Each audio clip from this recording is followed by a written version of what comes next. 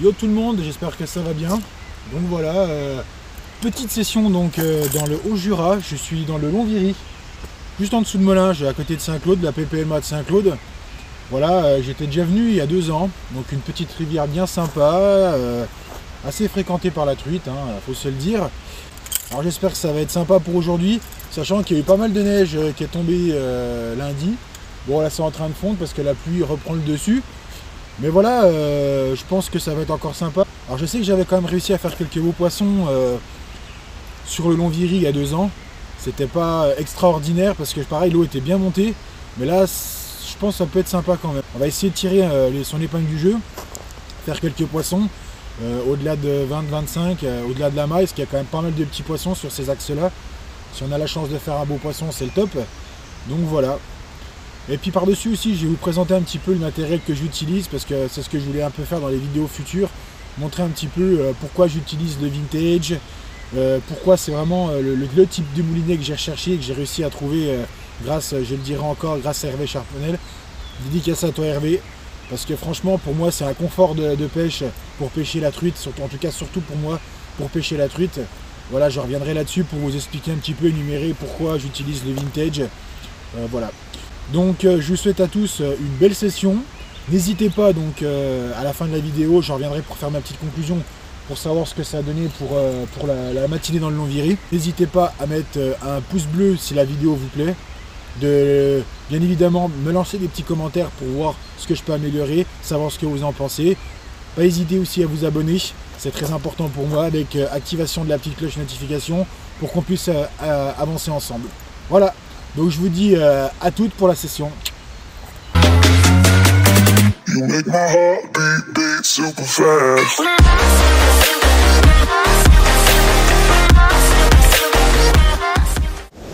Ok les amis, bah c'est parti. On va aller voir ce qui s'y passe. Donc là j'arrive. Je suis juste au-dessus d'une espèce de petit barrage. Il y a pas mal d'eau, c'est remonté. Le niveau d'eau est bien remonté, mais on va dire que la couleur est largement pêchable. Donc ma foi, j'espère que ça va mordre un peu. Oh là, il y avait poisson. Il y avait poisson. Je viens de voir suivre à l'instant les amis. Il y avait poisson. Quasiment sûr d'avoir vu suivre. Pas vraiment très gros, mais pas loin des 30 déjà. Ou un bon 25. Entre 25 et 30. Elle y est. Oh, décroché. Oh, ce pain qu'elle m'a mis. Vous voyez, je m'étais pas trompé les amis. À peine arrivé d'entrée de jeu comme ça. Ça c'est bon, ça promet.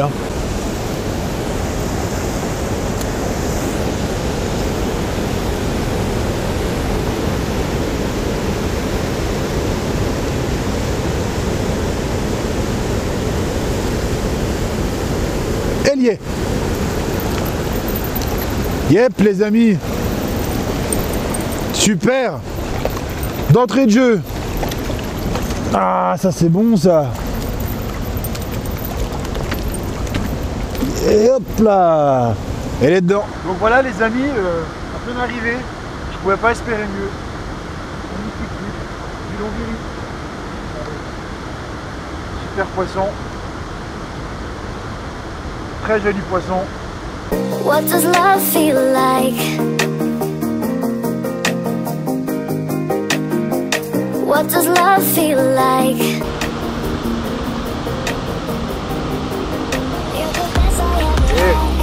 Génial les amis. Et ben ça commence bien. Allez on continue. Alors vous voyez, là où je voulais expliquer pourquoi je pêche avec le vintage, c'est qu'en fait la capacité de... Oh, c'était le mur, enfin la pierre pardon. La pierre au fond de l'eau. La capacité de ces moulinets vintage, bon là je suis avec un 358 de chez Mitchell, la marque vintage que j'utilise c'est Mitchell. Ils ont la particularité d'avoir un déclencheur de pick-up qui est instantané, ce qui veut dire que au moment où la cuillère retombe dans l'eau, en fait au moment où l'impact de la cuillère dans l'eau, on peut tout de suite mouliner instantanément, ce qui fait que le retour de pick-up se déclenche automatiquement, ce qui permet d'avoir vraiment à rembobiner le fil instantanément au moment où on pose la cuillère. Et ça va permettre vraiment de faire travailler son leurre tout de suite au moment où la cuillère tombe, là où on décide de l'envoyer. Vous voyez ce que je veux dire? Comme là par exemple, je vais jeter au niveau de la pierre, vous allez voir. Je vais jeter au niveau de la pierre, donc un peu plus près. Enfin assez près de la pierre pour que ma cuillère tombe vraiment à l'axe, là où il est susceptible d'avoir le cache.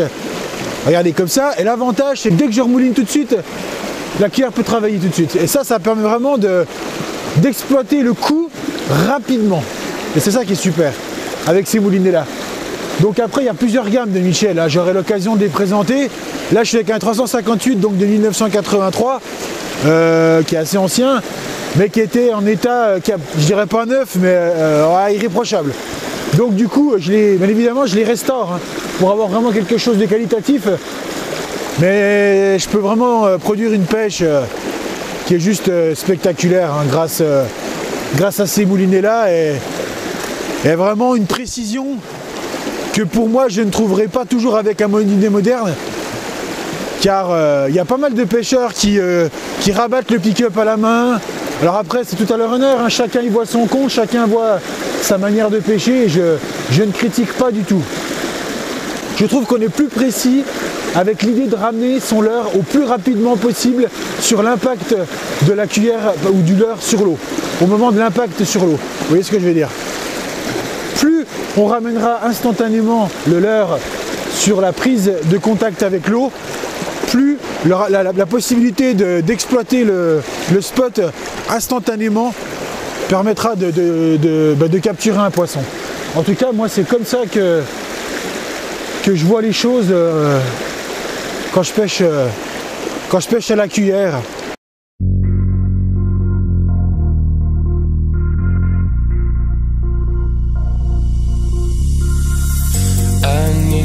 Touch and I will show you just one's enough. About it flowing now, but no, go hard, but no, let's pop, but no. What am I doing wrong? I feel your clutch pulling me through. I try not to rush to impress you now, but no, go hard, but no, let's pop, but no. What am I doing wrong now? But no. Bon bah rien dans le trou les amis là. Je suis un peu surpris. Allez c'est parti. Juste au-dessus de la cascade. Je pense que ça peut être sympa. Vous voyez il y a une corde, il y en a qui s'amusent à faire du saut dans l'eau. Elle va se rater hein, parce qu'il y a la roche en dessous. Hein.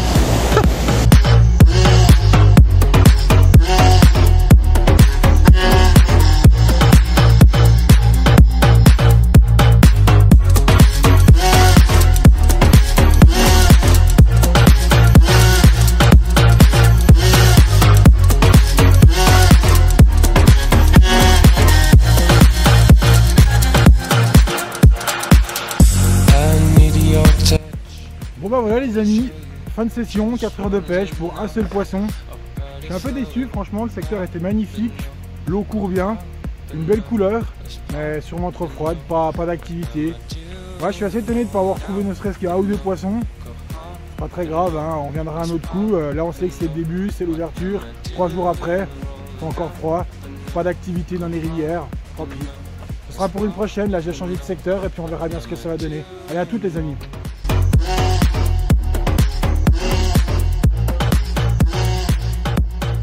Yo les petits potes, c'est reparti mon kiki, seconde session. J'ai complètement changé de registre, axe beaucoup plus large. On va voir ce que ça va donner. L'eau est belle, ça court pas mal. Et puis espérons qu'on va taper un beau poisson. Et puis on va essayer aussi de voir encore différentes techniques sur des axes plus larges. J'ai gardé le même matériel que ce matin, c'est un peu léger, c'est un petit peu faible, mais bon, on va dire qu'on va essayer de tenter le coup, voir ce que ça peut donner, si ça peut quand même faire des beaux combats, si j'ai la chance de capturer un beau poisson. Donc on se retrouve au bord de la rivière. Allez à toutes les amis. Donc voilà les amis, je suis arrivé en bord de rivière. Donc on va y aller progressivement. Donc voilà, l'eau est basse. Ça suffit pour faire une belle pêche. On va tenter de faire une belle truite. Là généralement si ça tape, ça risque d'être un peu plus gros quand même. Alors je suis monté fin, c'est ce qui me fait un peu peur. Je suis monté en 17 centièmes. Pour ce type de rivière, c'est un peu juste. Hein.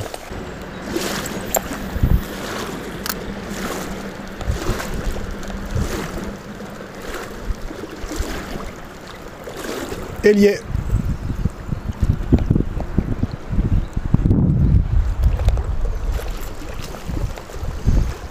Yes. Super poisson. Bien laisser travailler. C'est important.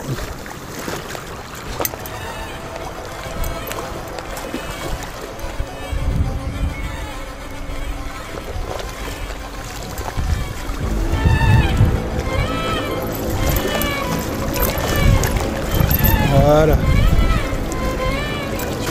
C'est splendide. Là.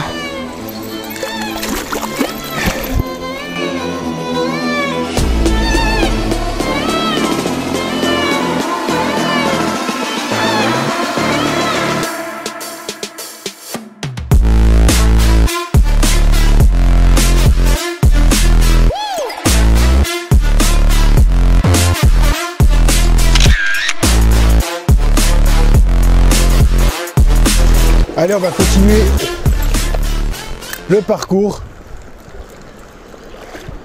tout bonnement.